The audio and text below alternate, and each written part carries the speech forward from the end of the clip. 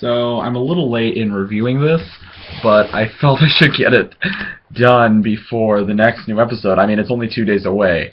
So here is the review of episode... Let me look at this Wikipedia page here. 5 of Avatar: The Legend of Korra. Yeah, I actually did look at that page before I started this, but I forgot it immediately. Book 5, no, Episode 5, Book 4, Enemy at the Gates.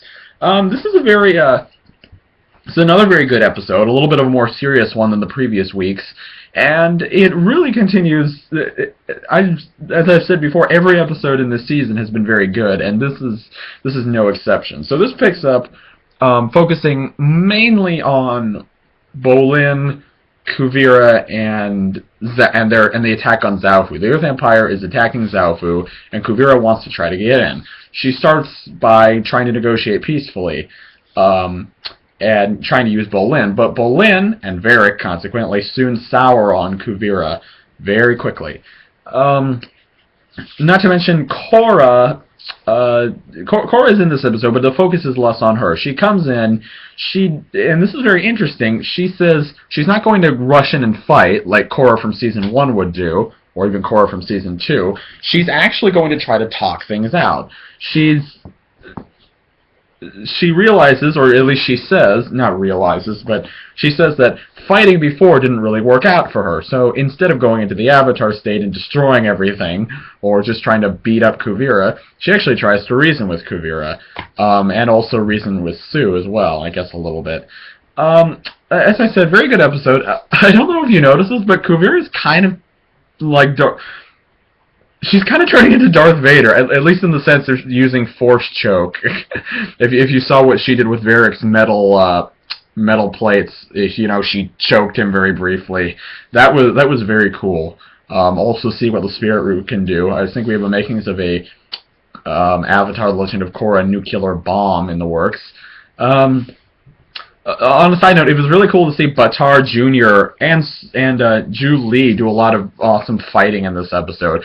They made really great uses of the mechs in this one, probably the best that they have in a long time. The mechs were not used in the last season, very little used in the second season, except for that hilarious scene with Boomy, and of course, as we know, used in the first season quite extensively. But that was a great use of them, and it was really cool to see that fight, especially from these more mobile and supple mechs today. Now, interesting. At the end of the episode, Julie actually kind of renounces Varric and pledges her loyalty to Kuvira. Now, I wonder, it seemed to me like that was a bit of a ploy to keep herself out of a re-education camp and give her a chance to help free Varric and possibly Bolin. But most likely Varric. They had that little moment. But perhaps she could have finally snapped and isn't taking any orders. We'll see. We'll see what happens. I think she's faking it, but hey, I could be wrong. I thought possibly Unalaq, well, I could tell, like, oh, he's probably the bad guy. So maybe he's obviously the bad guy, so he's not the bad guy. No, I was wrong about that. But anyway, that was pretty cool, like I said, to see her fight, and also see Bolin sort of kind of be shattered a little bit from his idealism and brought into sort of a reality. We find out, Kuvira's, we already know she'd been locking up political dissidents. Now we find out she's been using other people as slave labor. At least what Sue says. I wonder how much is true, because Sue's judgment of Kuvira and what she does might be clouded. But still, Bolin was seeing a lot of things through rose-tinted glasses. I do hope they don't make Kuvira a straight, like, complete villain. I do hope they keep the element that says, like, yeah, she wants power, she's power-hungry, but she's doing these things for the people, and I hope they keep that element in there. By the way, there was this nice little bit with Asami sort of reconnecting with her dad. I'm not saying that wasn't nice, or that wasn't a nice callback to the first season. Although, geez, the way they talk, you think he had killed some... Did he? I guess somebody died in that, in the bombing of the fleet, the United Nations fleet, but still, he's talking about, like, the things I've done. Like, geez, what were you, a Gestapo member? But anyway, no, I like the Equalists. Anyway, what I'm saying, it's a nice little bit. It's just it feels so disjointed from the rest of this episode. Almost like it's like so Korra's story and the story with Kuvira, Bolin, and etc. is happening. Oh yeah, and then there's Asami over there. Yeah, over there.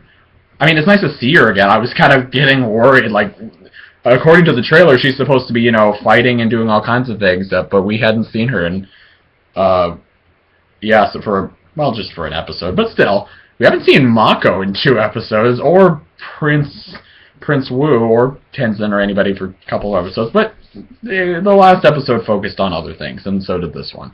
So I'm excited to see next week's episode. As you know, it ended on the cliffhangers. Sue is heading in to try to assassinate Kuvira. I feel that she's probably going to fail, like there's some kind of a trap being set.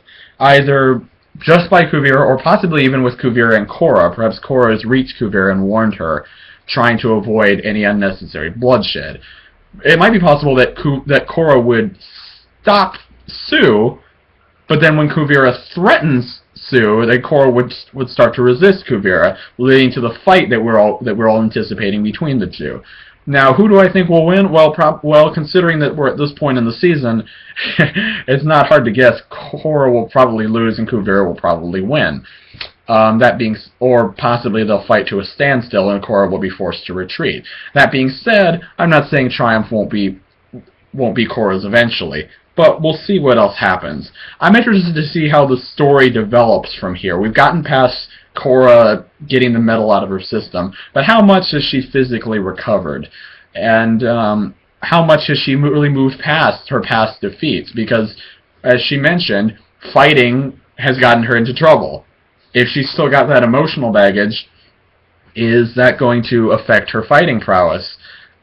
So, yeah, like I said, let's see what happens. I'm interested to see where the show goes. I hope it continues to be top-notch. This has been a great season, and I don't know. I'll have to see the whole thing, but it might... I don't know. I really love the first season, but this might give the first season a run for its money, because this has been awesome.